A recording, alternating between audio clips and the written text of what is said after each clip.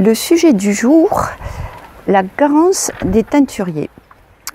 Donc là, je suis au bord de l'étang de l'Or, dans une des cabanes qui borde l'étang de l'Or. Il y en a beaucoup tout le long de l'étang. Ici, il y a une curiosité en fait. Donc, on a une plante qui s'appelle la garance des teinturiers, qu'on trouve partout, donc en abondance, même le long des murs des cabanes. Donc voilà la partie aérienne de cette plante, qu'on peut regarder un petit peu dans le détail, juste dans le but d'avoir quelques indices pour la reconnaître. Donc c'est une plante assez urticante. Elle est couverte de petites épines, de poils sur les tiges, sous les feuilles. Donc si on se met dans l'idée de l'arracher, il vaut mieux faire attention parce qu'à forte dose, ça peut vraiment abîmer la peau et créer des inflammations. Donc la partie aérienne de cette plante tinctoriale, en l'occurrence, ne nous intéresse pas vraiment aujourd'hui, puisqu'aujourd'hui, je vais parler surtout d'un point de vue historique. Et puis après, faire avec vous une petite expérience. Vous verrez, c'est magique.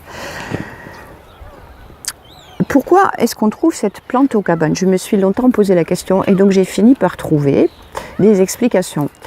Déjà sous Louis XIV, on encourage en France la culture de la garance, déjà pour développer l'industrie teinturière, et surtout pour encourager l'assèchement des marais, donc certainement dans un but sanitaire.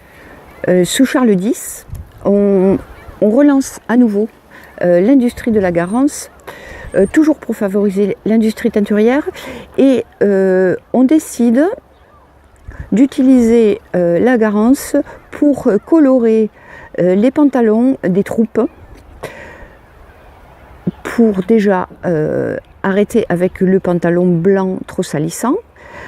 Et donc on teint aussi le chapeau, la calotte des soldats.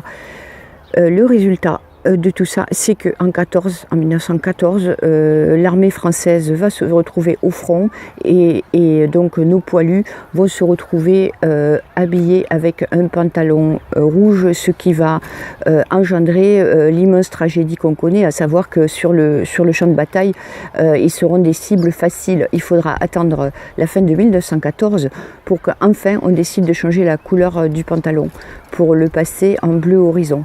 Ce qui n'était pas non plus une idée fabuleuse, mais bon, c'était déjà mieux que du rouge. Donc voilà pour cette partie historique. Maintenant, je vais extraire de la terre, donc la partie qui nous intéresse, c'est la racine de la garance. On va aller chercher un morceau sous la terre et après tenter une petite expérience de teinture végétale. Voilà donc la garance qui pousse de façon un peu anarchique autour de la cabane, parce que voilà, c'est un lieu où la nature se débrouille comme elle a envie. Et donc pour la petite expérience, je vais extraire un bout de racine. Donc on ne va pas en prendre beaucoup, parce que c'est vraiment seulement pour montrer, hein. Donc il faut savoir que la racine de la garance peut atteindre de grandes profondeurs. Ça peut aller jusqu'à 50 ou 70 cm. C'est bien pour ça que sa culture et sa commercialisation étaient exonérées d'impôts, parce qu'il s'agissait d'un travail très dur et très fatigant. Voilà. Donc, on aperçoit cette belle couleur. On ne peut même pas dire que ce soit rouge, en fait, c'est presque jaune orangé. Et ce qui va se passer, c'est que quand on va la plonger dans l'eau, en fait, la couleur va se transformer, va se modifier et va devenir vraiment rouge. Donc là, on va aller du côté d'une casserole, d'un peu d'eau chaude pour la suite. D'accord. Donc pour l'expérience, là, c'est pas du tout la saison de ramasser la garance, c'est au printemps, mais là, elle est très colorée. De toute façon, elle est colorée tout le temps, hein, je pense. Donc je la coupe en petits bouts, je la nettoie un peu, je la plonge dans de l'eau chaude et on ira dehors vérifier le résultat.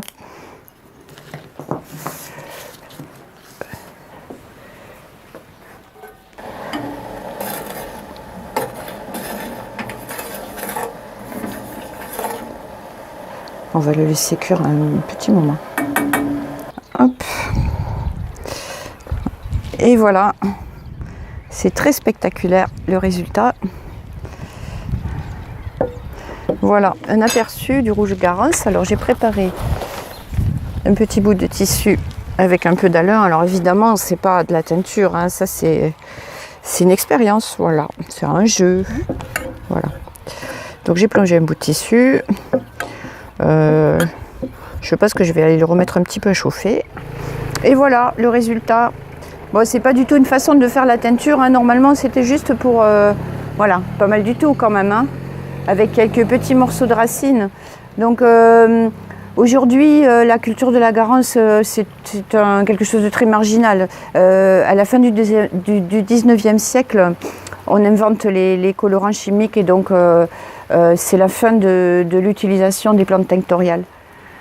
À bientôt.